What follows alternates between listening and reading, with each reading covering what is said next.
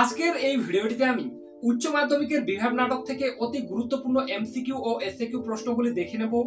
আশা রাখি বিভাব নাটক থেকে আমি যে কয়েকটি এমসিকিউ ও এসএকিউ প্রশ্ন তোমাদের সামনে তুলে ধরবো, তোমরা যদি এই কয়েকটি এমসিকিউ ও এসএকিউ প্রশ্ন ভালোভাবে পড়ে রাখতে পারো, তাহলে বিভাব নাটক থেকে যে কোনো এমসিকিউ বা এসএকিউ প্রশ্ন দেওয়া থাক না কেন, তোমরা তার উত্তর খুব সহজেই করতে পারবে।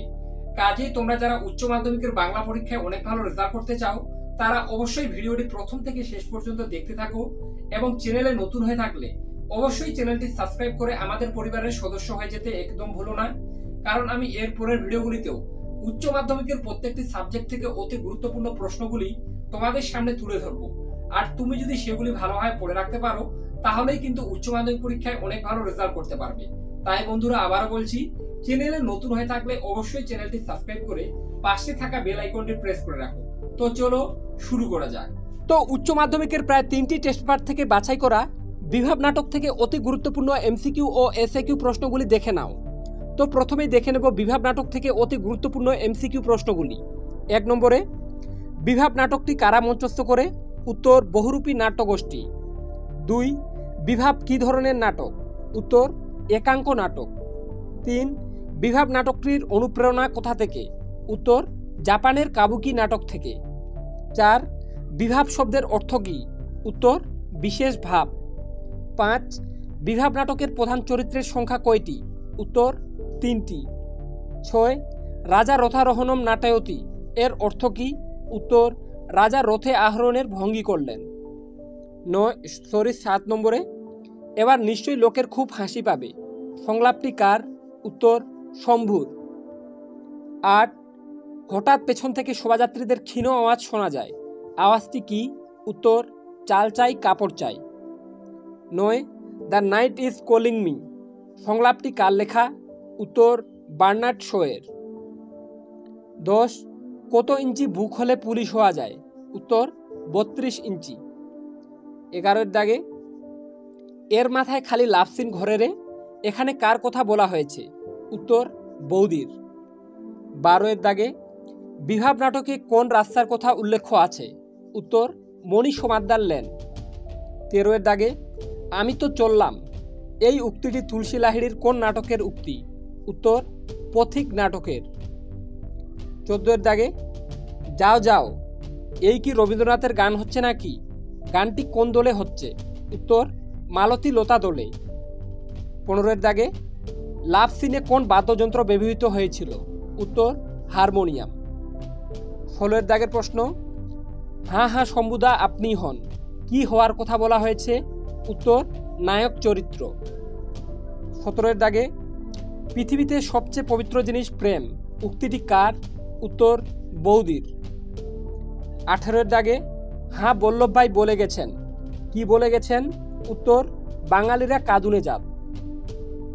এরপরে দেখে নাও 19 দাগে, পর্দা খুললে দেখা যায় কি দেখা যায়? উত্তর, মঞ্চ সম্পূর্ণ ফাঁকা।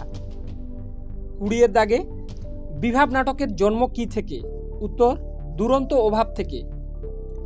এরপরেই দেখে নেব 21 দাগের প্রশ্নটি, কিন্তু তার আগে তোমাদের আমি জানিয়ে রাখতে চাই, আজকের এই ভিডিওটিতে আমি বিভাব নাটকের যে কয়েকটি এমসিকিউ ও এসএকিউ প্রশ্ন বলে দিচ্ছি, এখানকার প্রত্যেকটা প্রশ্নই কিন্তু উচ্চ মাধ্যমিক পরীক্ষার জন্য খুবই গুরুত্বপূর্ণ, কারণ এখানকার প্রত্যেকটা প্রশ্নই কিন্তু বেশিরভাগ টেস্ট পেপারের পাতায় পাতায় রয়েছে। তাই তোমাদের জন্য আমি সবথেকে গুরুত্বপূর্ণ বিভাব নাটকের এমসিকিউ ও এসএকিউ প্রশ্নগুলি আজকের এই ভিডিওটিতে তুলে ধরছি। তাই তোমরা যারা চাও এই রকম আরও অন্যান্য ভিডিওগুলি সবার আগে তোমার কাছে পৌঁছে যাক, আর তুমি সেগুলি পড়ে উচ্চ মাধ্যমিকের পরীক্ষায় অনেক ভালো রেজাল্ট করতে পারো, তারা অবশ্যই চ্যানেলটি সাবস্ক্রাইব করে পাশে থাকা বেল আইকনটি প্রেস করে রাখো। এবং আমি গ্যারান্টি দিয়ে বলছি, তোমরা যারা শেষের এই কয়েকদিন আমার ভিডিওগুলি কন্টিনিউ দেখবে আর একটু সিরিয়াসভাবে পড়াশোনা করবে, তারাই কিন্তু উচ্চ মাধ্যমিক পরীক্ষায় অনেক ভালো রেজাল্ট করতে পারবে। তাই বন্ধুরা, তোমাদের স্বার্থে আবারও বলছি, চ্যানেলে নতুন হয়ে থাকলে অবশ্যই চ্যানেলটি সাবস্ক্রাইব করে পাশে থাকা বেল আইকনটি প্রেস করে রাখো। তো চলো 21 দাগের প্রশ্নটি দেখে নিই। তো দেখে নাও 21 দাগের প্রশ্নটি, দ্বিতীয় লভ সিনটি কী রকম? উত্তর, প্রগ্রেসিভ লভ সিন। 22 দাগে, the night is calling me সংলাপটি কার লেখা? উত্তর, বার্নার্ড শোয়ের। 23 দাগে, কাবুকি থিয়েটার কোন দেশের থিয়েটার? উত্তর, জাপানের। এরপরেই দেখে নেব বিভাব নাটক থেকে অতি গুরুত্বপূর্ণ এসএকিউ প্রশ্নগুলি, কিন্তু তার আগে তোমাদের কাছে আমার আবারও রিকোয়েস্ট থাকবে, চ্যানেলে নতুন হয়ে থাকলে অবশ্যই চ্যানেলটি সাবস্ক্রাইব করে পাশে থাকা বেল আইকনটি প্রেস করে রাখো। তো দেখে নাও এসএকিউ প্রশ্নগুলি। 1 নম্বরে, অমর গাঙ্গুলিকে স্কুলের হেড পণ্ডিত প্রমোশন দেননি কেন? উত্তর, অমর গাঙ্গুলি সংস্কৃতে মাত্র 13 পেয়েছিলেন বলে স্কুলের হেড পণ্ডিত অমর গাঙ্গুলিকে প্রমোশন দেননি। তারপর দেখে নাও 2 এর দাগে, বিভাব নাটকে অমর গাঙ্গুলি কোন নাট্যদলের সঙ্গে যুক্ত ছিলেন? উত্তর, বহুরূপী নাট্যদলের সঙ্গে।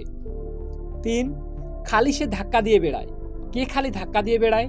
উত্তর, প্রেমের নাটকের দৃশ্যের নায়ক শম্ভু মিত্র খালি ধাক্কা দিয়ে বেড়ায়। তারপর দেখানো 4 এর দাগে, বক্স অফিস বলেও তো একটা কথা আছে, বক্তা কখন এ কথা বলেছিলেন? উত্তর, রবীন্দ্রসঙ্গীত ফিল্মি কায়দায় গাওয়া হলে শম্ভু মিত্র আপত্তি তোলেন, তখন হারমোনিয়াম বাদক একথা বলেছিলেন।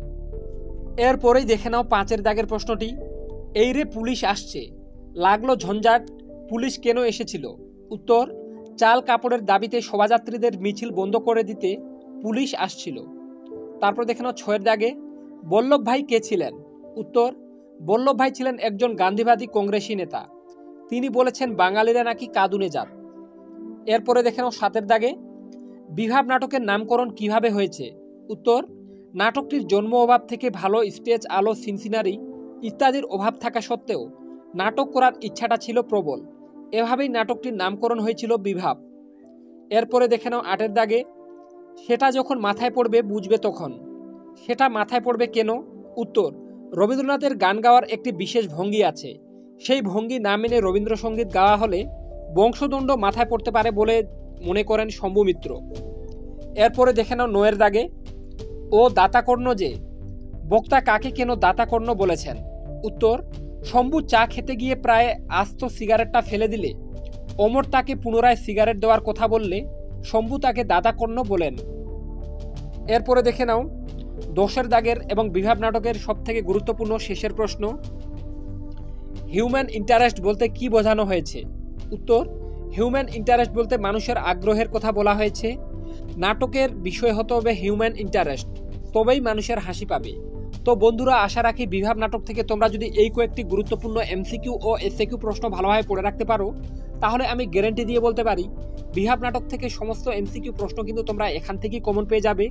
তাই আজকের এই ভিডিওটির মাধ্যমে তোমরা একটু হলেও উপকৃত হয়ে থাকলে অবশ্যই চ্যানেলটি সাবস্ক্রাইব করে পাশে থাকা বেল আইকনটি প্রেস করে রাখো, কারণ এর পরের ভিডিওগুলিতে আমি আরও অন্যান্য সাবজেক্ট থেকে অতি গুরুত্বপূর্ণ এমসিকিউ এসএকিউ ও বড় প্রশ্নের উত্তর সহ সাজেশন চ্যানেলে নিয়ে আসবো।